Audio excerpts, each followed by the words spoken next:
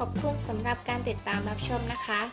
ถ้าชอบยังไงก็อย่าลืมกดไลค์ กดแชร์ กด Subscribe แล้วก็กดติดตามไว้ด้วยนะคะ จะได้ไม่พลาดคลิปดีๆที่ทางยินได้ทำต่อไปนะคะ